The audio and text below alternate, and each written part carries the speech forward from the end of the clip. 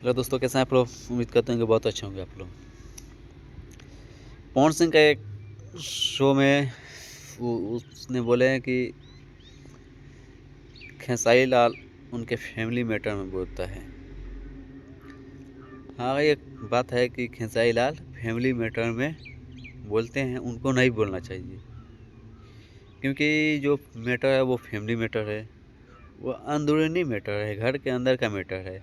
तो वो खुद जानते हैं, उनसे अच्छा कोई नहीं जानता है जो पवन सिंह का मैटर है। तो इसमें आपको कुछ पता नहीं है तो आप ना बोले तो सही होगा यार। वो बोलना है तो ठीक है। वो जो पवन सिंह का वाइफ के साथ जो मैटर हुआ तो उसमें वो बोले ज्योति सिंह को नहीं रखना चाहते हैं।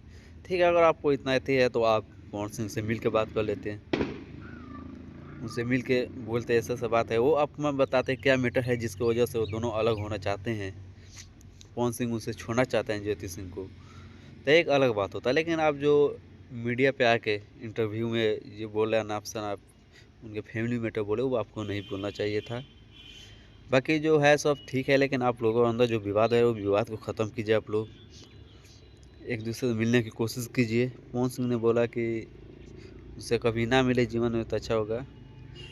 पवन सिंह आप सही बोले, सही है, जो मैटर वो उसके हिसाब से सही बोले, लेकिन आप छोड़िए वो सब मैटर को हटाइए। अब मिलिए और एक अलग पहचान दीजिए लोग भोजपुरी का।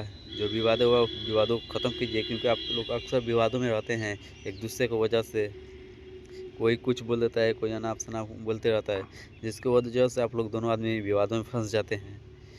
तो अपने जो आपके आगे पीछे घूम रहे हैं लोग, जो आपके आदमी हैं, उन लोगों से आप लोग रिक्वेस्ट दोनों आदमी कीजिए कि उल्टा सीधा कुछ ना बोले लो, एक दूसरे पे टिप्पणी ना करे लो, और सब बाकी सही है। लेकिन आप लोग विवादों को ख़त्म कीजिए और मिलिए, मिल के एक नया धमाका कीजिए भोजपुरी में।